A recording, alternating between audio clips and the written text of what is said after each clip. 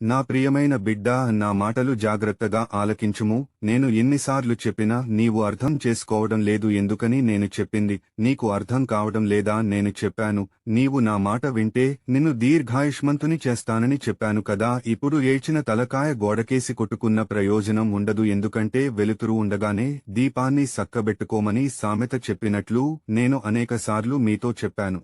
అదేమిటంటే మద్యం వలన కలుగు నష్టాలు గురించి. నీవు ప్రొద్దుట మంచం మీద నుండి లేచిన కాడి నుంచి రాత్రి పడుకునే వరకు త్రాగుతూనే ఉంటావు. ప్రతిరోజూ ఇలానే తాగుతావు. తిండి సరిగ్గా తినవు, నిద్రపోవు. అలాంటప్పుడు నీ ఊపిరితిత్తులు కుళ్ళు పోతాయి అని కూడా చెప్పాను. అయినా నీవు వినకుండా నీ ఇష్టం వచ్చినట్లుగా తాగుతూనే ఉంటావు. నీ దగ్గరికి నీ భార్య కూడా రాదు, నీ పిల్లలు రారు, నీ తల్లిదండ్రులు రారు, నీ అత్త మామలు రారు, నీ అన్నదమ్ములు రారు, మీ అక్క చెల్లెళ్ళు రారు, నీ తోబుట్టువులు రారు, నా వాళ్ళు అనుకున్న వాళ్ళు కూడా నీ దగ్గరికి రారు. నీవు త్రాగితే వరుస వాయువు లేకుండా తిడుతూ ఉంటావు. మంచి ఏదో చెడు ఏదో తెలియకుండా మాట్లాడుతావు. ఎవరైనా త్రాగవద్దు అని చెబితే వాళ్ళు తిడతావు. ఈ మద్యం త్రాగడం వల్ల నీ దగ్గరికి ఎవరు కూడా రారు. అది నీకు తెలిసిన విషయమే. పరిశుద్ధ గ్రంథము తెలిసి వాక్యమును సదువుము. సామెతల గ్రంథము 23వ అధ్యాయము 21వ వచనము మరియు 30 వచనము నుండి 35వ వచనము వరకు. త్రాగుబోతులను, తిండిబోతులను,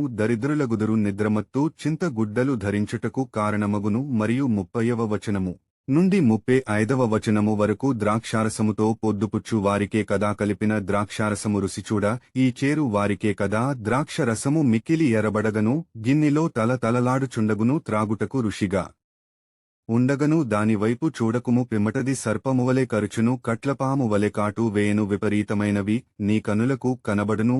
నీవు వెర్రి మాటలు పలుకుదువు. నీవు నడి సముద్రమున పండుకును, వానివలె నుందువు. ఓడ కొయ్య చివరను పండుకుని వానివలె నుందువు. నన్ను కొట్టిననను నాకు నొప్పి కలగలేదు, నామీద దెబ్బలు పడినను నాకు తెలియలేదు. నేనెప్పుడు నిద్ర మేల్కొందును, మరల దాని వెదకుదును అని నీవనుకొందువు. నా బిడ్డా, నేను లేఖనములు చూపించి చెప్పి నీవు బాగుండాలని మీరు కోరుకుంటూ నీకు ఈ మాటలు నా శిష్యులు ద్వారా తెలియజేశాను. వారి మాట పెడసెవిని పెట్టావు. వారు చెప్పే మాటలు నా మాటలుగా గుర్తించలేదు.